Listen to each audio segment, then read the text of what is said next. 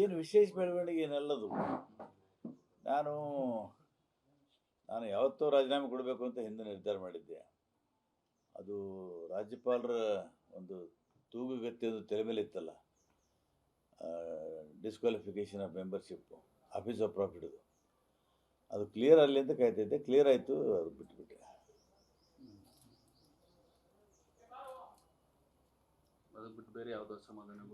ಅಸಮಾಧಾನ ಏನಿಲ್ಲ, ಅಸಮಾಧಾನ ಯಾರ ಬಗ್ಗೆನೂ ಇಲ್ಲ. ನಾನು ಏನು ಹೇಳಬೇಕು ಅದನ್ನು ಮುಖ್ಯಮಂತ್ರಿಗೆ ಎಲ್ಲ ಡೀಟೇಲಾಗಿ ಹೇಳಿದ್ದೀನಿ. ಮುಖ್ಯಮಂತ್ರಿ ಏನು ನಿನ್ನೆ ಮೈಸೂರಲ್ಲಿ ಹೇಳಿದ್ದಾರೆ, ಕರೆದು ಮಾತಾಡ್ತೀನಿ ಅಂತ. ಹೋಗ್ತೀನಿ, ಮಾತಾಡ್ತೀನಿ. ಆಫೀಸ್ ಆಫ್ ಪ್ರಾಫಿಟ್ ತಪ್ಪೇನಾಯಿತು, ನಾವು ಶಾಸಕರಾಗಿದ್ದೀವಿ, ಆ ಹುದ್ದೆ ಅಲಂಕರಿಸಿದರೆ ಆಫೀಸ್ ಆಫ್ ಪ್ರಾಫಿಟ್ ಆಗ್ತದೆ, ಅದು ಡಿಸ್ಕ್ವಾಲಿಫಿಕೇಶನ್ ಅಟ್ರಾಕ್ಟ್ ಆಗ್ತದೆ. ಹಿಂದೆ ರಾಮಕೃಷ್ಣ ಹೆಗಡೆ ಅವ್ರದ್ದಾಗಿತ್ತು. ಹಿಂದೆ ಅವರು ಬಸವನಗುಡಿ MLA ಆಗಿದ್ರು. ಅವರು ಹಿಂದೆ VP ಸಿಂಗ್ ಪ್ಲಾನಿಂಗ್ ಕಮಿಷನ್ದು ವೈಸ್ ಚೇರ್ಮನ್ ಮಾಡಿದ್ರು ಡೆಲ್ಲಿಗೆ. ಅವಾಗ ಅದು ಆಫೀಸ್ ಆಫ್ ಪ್ರಾಫಿಟ್ ಅಟ್ರಾಕ್ಟ್ ಆಯಿತು. ಹೈಕೋರ್ಟ್ದವರು ಅಫ್ಕೋರ್ಸ್ ಇಂಥ ಕೇಸ್ಗಳಾಗ್ಯಾವ. ಹಿಂದೆ ಸೋನಿಯಾ ಗಾಂಧಿಗೂ ಆಗಿತ್ತು ಆಫೀಸ್ ಆಫ್ ಪ್ರಾಫಿಟ್. ಹಾಂ, ಪನ್ನಣ್ಣವರು ಅದು ಅಮೆಂಡ್ಮೆಂಟ್ ಆಗ್ಯದ. ಇದು ನಮ್ಮ ಕೇಸ್ನಲ್ಲಿ ಅಮೆಂಡ್ಮೆಂಟ್ ಆಗಿದ್ದಿಲ್ಲ. ಆಮೇಲೆ ಅಸೆಂಬ್ಲಿಲಿ ತಂದು 2 ಸಲ ಅಮೆಂಡ್ಮೆಂಟ್ ಮಾಡೋದು. ರಾಜ್ಯಪಾಲರು ಹಸ್ತಕ್ಷರ ಹಾಕಿರಲಿಲ್ಲ, ಹಾಕಿದ್ರು ಮೊನ್ನೆ.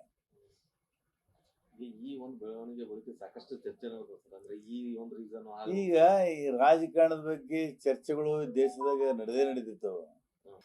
ಸಮಸ್ಯೆಗಳಿದ್ದಾವೆ. ನಾನು ಸಮಸ್ಯೆಗಳು ಇಲ್ದೇನೆ ಸುಮ್ಮನೆ ಹುಚ್ಚಿನಂಗೆ ರಾಜೀನಾಮೆ ಕೊಟ್ಟಿಲ್ಲ. ಸಮಸ್ಯೆಗಳಿದ್ದಾವೆ. ಮುಖ್ಯಮಂತ್ರಿ ಹತ್ರ ಕರೆದ್ರೆ ಚರ್ಚೆ ಮಾಡ್ತೀನಿ. ತಾವು ಏನೇ ಇದ್ರು ನೇರವಾಗಿ ಅಂದ್ರೆ ಯಾವುದೇ ವಿಚಾರ ಇದ್ರು ಪತ್ರ ಬರೆದು ಇಂತ ಗಮನಕ್ಕೆ ತರ್ತಿದ್ರಿ. ಹಿಂದೆ ಕೂಡ ಸಾಕಷ್ಟು ಬಾರಿ ನಾನು ಅವರಿಗೆ 1-2 ಸಲ ಹೇಳಿದ್ದೆ. ಇದು 2ನೇ ಪತ್ರ. ಪಾಪ ಅವರು ಒತ್ತಡದಲ್ಲಿದ್ದಾರೆ. ಮೂಡ ಹಗರಣ, ಮತ್ತೊಂದು ಬಜೆಟು. ಆದರೆ ಅವ್ರಿಗೆ ಹೇಳಿ, ನಾನು ನಿಮ್ಮ ಆತ್ಮೀಯ ಸ್ನೇಹಿತನಾಗಿ ಮುನ್ನೆ ಕೊನೆಯವರು ಉಳಿತೀನಿ ಅಂತ ಹೇಳಿದ್ದೀನಿ. ಅಂದ್ರೆ ಹಿಂದೆ ತಾವು ಅಂದ್ರೆ ಅನುದಾನ ವಿಚಾರ ಆಗಿರ್ಬೋದು, ಕೆಲವೊಂದು ಸಚಿವರಿಗಾದ್ರೂ ಶಾಸಕಾಂಗ ಸಭೆ ತೆರೆಯುವಂತ ವಿಚಾರಕ್ಕೆ ಪತ್ರ ಬರೆದಿದ್ರು. ಬಟ್ ಈ ಬಾರಿ ಡೈರೆಕ್ಟ್ ರಾಜೀನಾಮೆ ಅನ್ನುವಂಥ ವಿಚಾರ. ಈಗ ನಾನು ನನ್ನ ಕ್ಷೇತ್ರಕ್ಕೂ ಏನೂ ಮಾಡೋಕ್ಕಾಗ್ತಾ ಇಲ್ಲ, ಅಥವಾ ಬೇರೆ ವಿಷಯಕ್ಕೂ ನಾನು ಏನೂ ಮಾಡೋಕ್ಕಾಗ್ತಾ ಇಲ್ಲ. ಇದ್ದು ಉಪಯೋಗ ಇಲ್ಲ ಅಂತ ಹೇಳಿ ಬಿಟ್ಬಿಟ್ಟೆ.